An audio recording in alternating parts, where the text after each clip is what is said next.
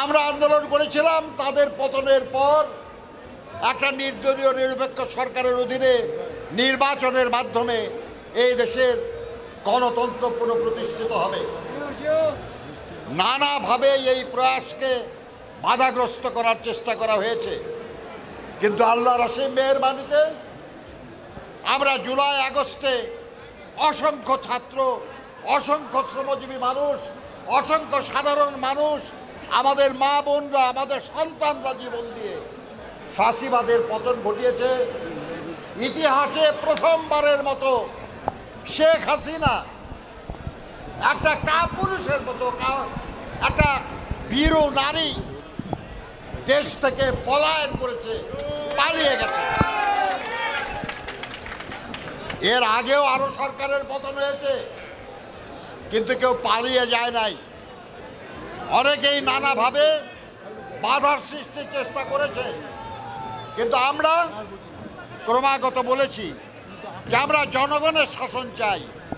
আমরা চাই এমন সরকার দেশ পরিচালনা করুক যাদেরকে জনগণ নির্বাচিত করবে, যারা জনগণের কাছে দায়বদ্ধ থাকবে, জনগণকে জবাবদিহিতা করবে, এমন একটা গণতান্ত্রিক সরকার আমরা চাই।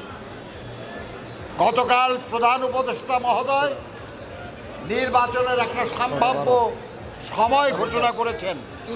আমরা ধন্যবাদ জানাই তাকে যে লন্ডনের মিটিংয়ে আমাদের ভারপ্রাপ্ত চেয়ারম্যানের সঙ্গে যে মিটিং, সেই মিটিংয়ে যে কথা হয়েছিল উনি তার কথা রক্ষা করেছেন। উনি নির্বাচনের তারিখ ঘোষণা করতে পারেন না, আইনে এটা ঘোষণার দায়িত্ব নির্বাচন কমিশনের। তিনি বলেছেন নির্বাচন কমিশনকে চিঠি দেওয়া হবে। আমরা আশা করব নির্বাচন কমিশন যথাসম্ভব শীঘ্র সুনির্দিষ্ট তারিখ ঘোষণা করবেন। আগামী দিনে শহীদ জিয়ার হাতে গড়া, দেশনেত্রী বেগম খালেদা জিয়ার হাতে সমৃদ্ধ বিএনপিকে তার 31 দফা কর্মসূচি বাস্তবায়নের জন্য নির্বাচিত করতে হবে। আর এই নির্বাচনে বিজয়ের মূল মন্ত্র হলো জনগণের হৃদয় জয় করা, জনগণের ভালোবাসা এবং সমর্থন অর্জন করা।